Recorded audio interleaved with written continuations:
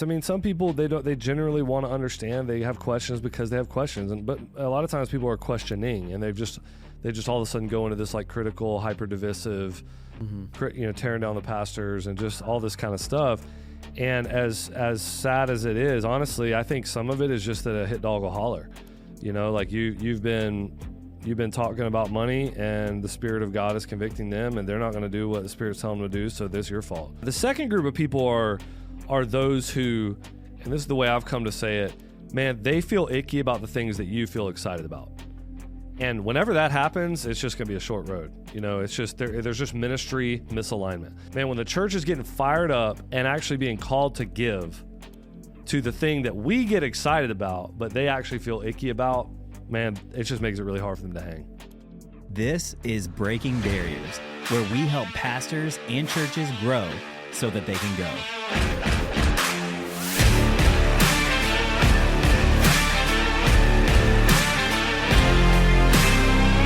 Hey everybody, welcome to the Breaking Barriers podcast. Today we are in part 2 of a podcast that myself, Pastor Bobby, and Pastor Andrew are doing. And we're talking about generosity initiatives. And today in part 2, we're going to talk about some of the just difficulties that come with that. The challenges that come personally, and then also the challenges of, man, when you really lay a clear vision out, some people are just going to have difficulty with that, and there's just some challenges with that. So we want to go into stuff like this eyes wide open, and we want to share with you guys some stuff that we've learned. All right, third thing, generosity initiatives take a toll. Mm-hmm. And we can both talk about this. We can both talk about it very intimately, I think. But so generosity initiatives are discipleship initiatives. Generosity initiatives are strategic. Number 3, generosity initiatives take their toll.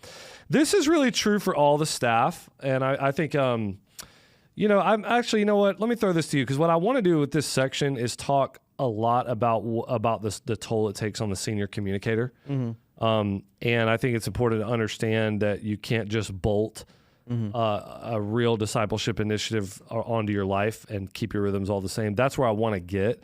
You got anything that would come out when I just think about, but it's true really for the entire staff. There's a strain, there's a pressure, there's just a straight up workload that you're going to kind of dump on everybody when you end up walking through one of these discipleship initiatives. Yeah, for sure. I mean, in some ways, the essence of what you're doing is you're in some ways trying to pull generosity from the future and kind of bring it into today. And I think whenever we do anything like that in our life, whether it's, get fit or do, you're trying to use this future energy and you're trying to pull it into today. So it's not something that can just be bolted onto your schedule, because you don't just snap your fingers and people are kind of discipled into generosity, and, you have to invest a lot of energy into that. And there's scaled ways that you do this through sermons and through larger groups of people, but there are a lot of like individual one-on-one 1 hour, 2 hour, 3 hour conversations on top of all the planning that goes into something like this. Right. You have to spend months and months to plan something like this, because if you don't, people are probably going to hear what it is that you want to do, and they're probably just going to be like, man, they don't have their stuff together here. Yeah. It's going to be a good way to demonstrate, man, you guys aren't very wise. You've not thought through this. People may disagree with you, but you don't want people to think, man, they haven't even put the energy in to actually like think through this stuff. So just to put some flesh on that, like using our own example. So we started with the offsite executive team, dream, and we'd been thinking about it for probably 2 months. Mm-hmm. We already had some verses, some things like that we were going to anchor around. But the first time we ever started really putting pen to paper with this stuff in a real serious way was in January for an initiative that public phase wouldn't kick off until October, and we were behind. Mm-hmm. Right. I mean, we weren't drastically behind, but we were behind. Yep. So to your point, it ain't even just like a couple of months ahead. I mean, it's like a year. Right. Yeah, and so when I say like energy from the future, all of a sudden, especially for the higher level staff, I mean, I would say my job probably became 50% around the generosity initiative, especially at the beginning. And so it's like, okay, like what do you like? you either have to take some of your schedule and remove it from your schedule so that you can add it to your schedule, or what a lot of guys end up doing, and you kind of end up flirting with burnout. You kind of just steal energy from the future, because you kind of try to do what you normally do, and then you try to bolt something like this on it. And you and I did a lot of that probably, and that's very hard because you only have so much energy. Right. And your whole system and body, God made us to rest. Like it will kind of get back to an equilibrium if you don't make some space for something like that. And I think to your point, just to highlight how, when I say, remember, this is number 3, generosity initiatives will take their toll. To highlight the point that you're making, yes, I know you did too. I ended up borrowing a lot of energy from the future, but we weren't trying to be like bullheaded. I mean, we had like our directional elders like looking at my schedule and, hey, we're taking this preaching rep off and we're not doing this and you're not doing staff prayer anymore. And so what's funny to me that I think makes the point even more is it's not like we were trying to be Superman. We were coming in with a posture of I was coming in with a posture of trying not to do that. Mm-hmm. And it happened anyway, so it's like, if you can, my point is you got to be really vigilant. So to not end up just getting smacked with this. And so you can't bolt it on to your normal life. You have to move things around. I'll just give you a little bit of a snapshot. You already did this a little bit, but for any senior communicator that walks through like a true, you hire Generis or something and you're going to walk through a 2-year deal with them, you're going to end up, the second you contract with them, you're just adding a couple hours worth of meetings to your week every single week. You're going to end up going through a full season, a couple months worth of generosity retreats, weekends, where you're going to preach Friday night, Saturday morning to one group of people. They leave. You just take 2 hours off. The next group comes in. You're going to do Saturday night, Sunday morning. You've probably already preached on Thursday for the church, so they're going to run that back on a recording maybe or something like that. So it's just a heavy, heavy preaching load. Every one of those people that come to those retreats is going to get a one-on-one, and if you're the senior communicator, you're going to end up having the lion's share of that stuff. So, you're going to end up with 30, 40, 50 meetings that are one-on-one on your back porch.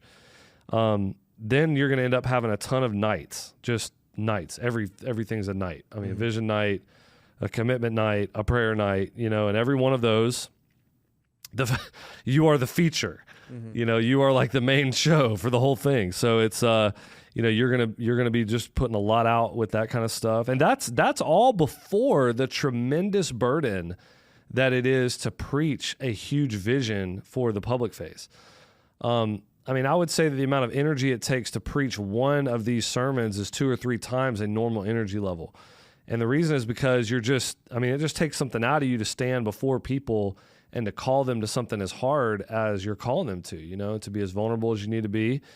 And to talk about the vision and keep all that stuff straight in your head, it just is a lot. And you're going to do that for 5 or 6 weeks back to back to back, like your life depends on it. I mean, I'm just trying to make the point of it's a lot. So you have to see it coming. Jesus said in Matthew 16:3, you look up and you see the sky's red, a storm's coming. It's like, you don't want to be the guy who gets caught out in the rain without realizing the storm is coming. At least take my advice, take your advice. Part of, I think, Proverbs 10:25, part of the righteous being able to stand in the whirlwind is knowing that it was coming and being able to brace for it. And so I think if you're thinking about an initiative, you need to be able to get ready for it. Yeah, and I would say to add to that, it's a ton of work for the lead pastor, for the other senior staff. Most of the staff will have meetings with people that are talking about this stuff. It feels more pressure, whether that's right or not. Right. How you feel about it is actually not going to affect anything, but it just feels more pressure. Mm-hmm. But I would say, I know a lot of guys that have been in the church world for a while. They know a lot of what you're saying, and that's the exact reason that they kind of choose not to do it. Because right. they kind of count some of that cost, and they're just like, I'm just not sure it's worth it.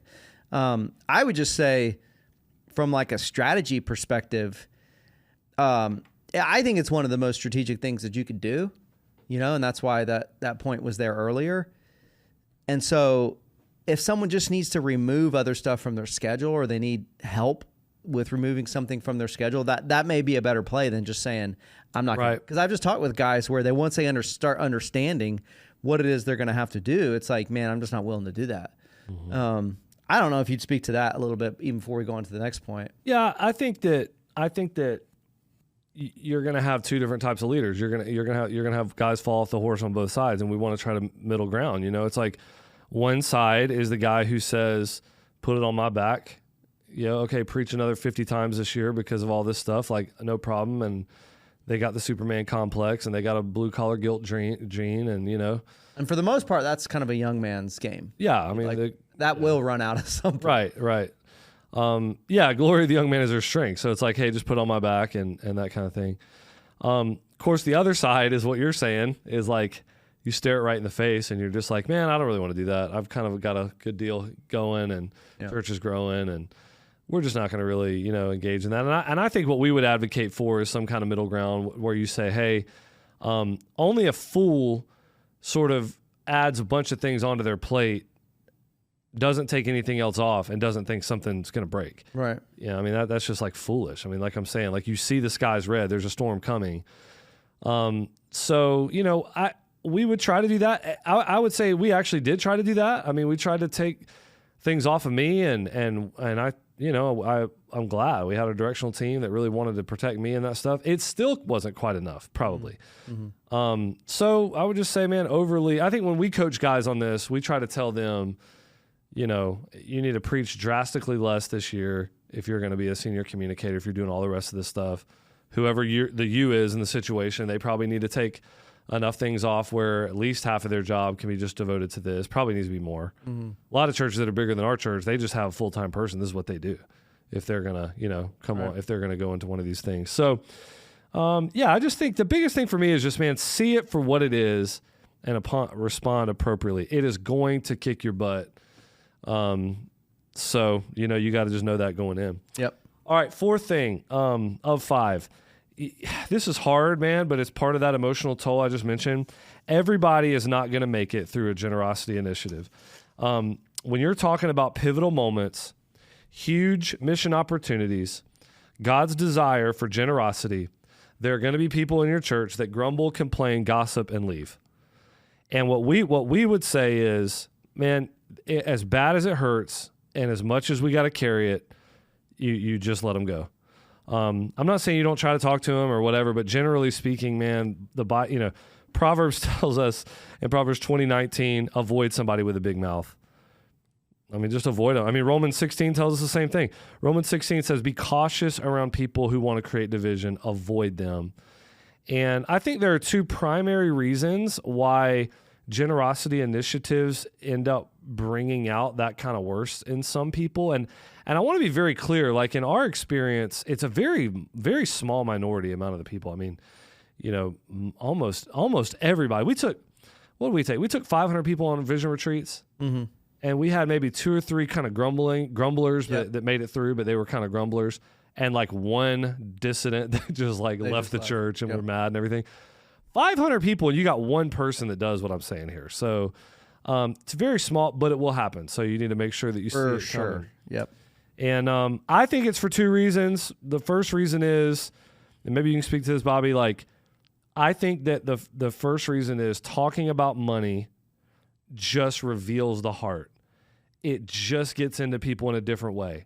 And when you stand up and you begin to talk about the spiritual input is God's generosity to you, the spiritual output is, do you steward everything in your life, and what does that mean for your giving?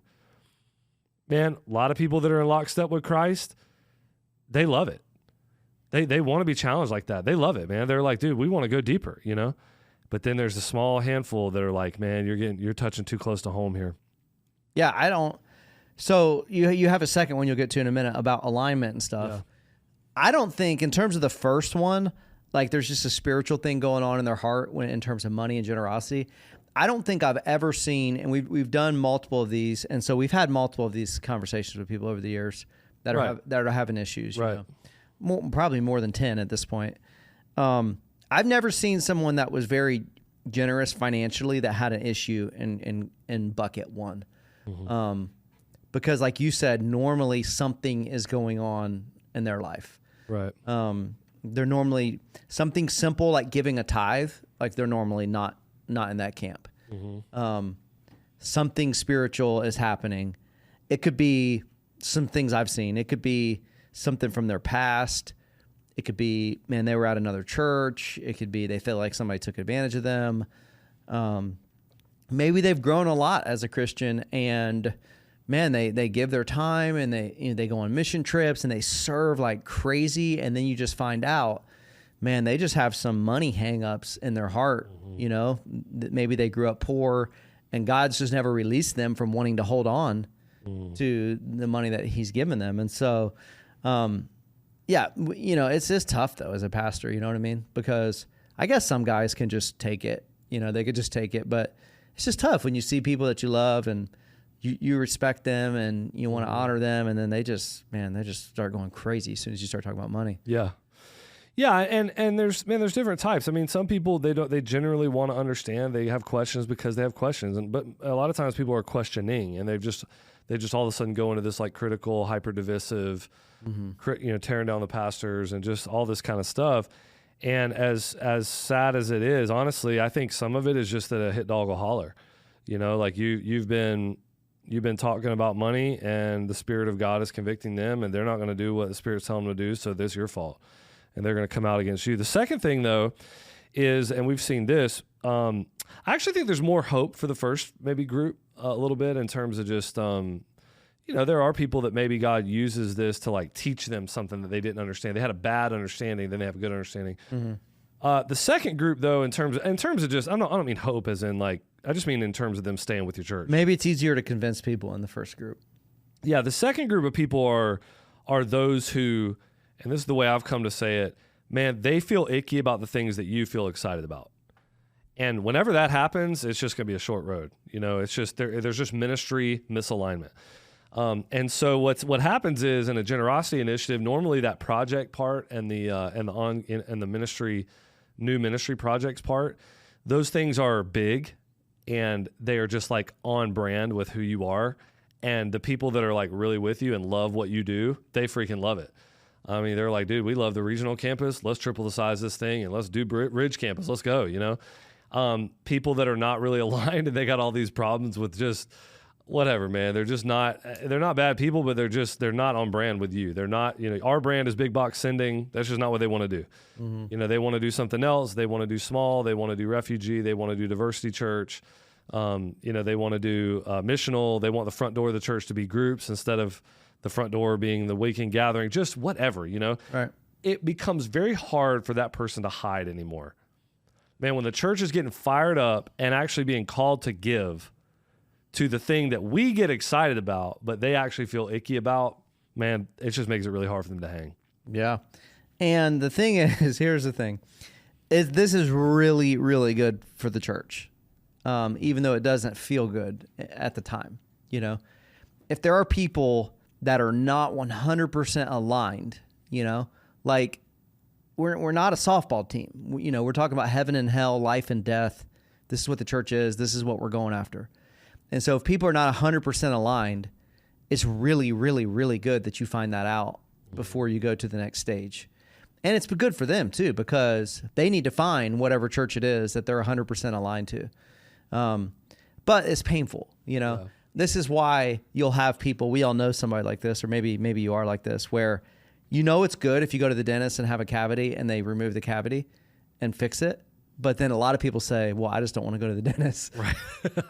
I'd rather not know. They make me feel bad about myself. I'd rather not know that I have a cavity and just ignore it versus like actually deal with it. Because, I mean, if you as the pastor is doing what God wants you to do, and your heart is genuine, and you're not doing this as some slick salesman, you believe in the vision, you're going after the vision, then it's like, man, it's ultimately good that people kind of fall away because you've aligned more with the vision, or you're just more clear. Yeah. That's what happens in these initiatives. You're just, the pastors probably, man, are super aligned around the vision, but maybe you just don't talk about it as much. And so when you begin to really talk about it, it kind of comes to the surface. Right. And it's just good, but it's hard. Yeah. And I mean, dude, I hate the dentist, man. I hate going to the dentist, dude. So you caught me in a headspace here. But no, I agree with what you're saying. The only thing I would say, caveat, is I have known a few people that, they do want to honor their covenant to the church and their membership, and they put relationship ahead of some of these philosophical things.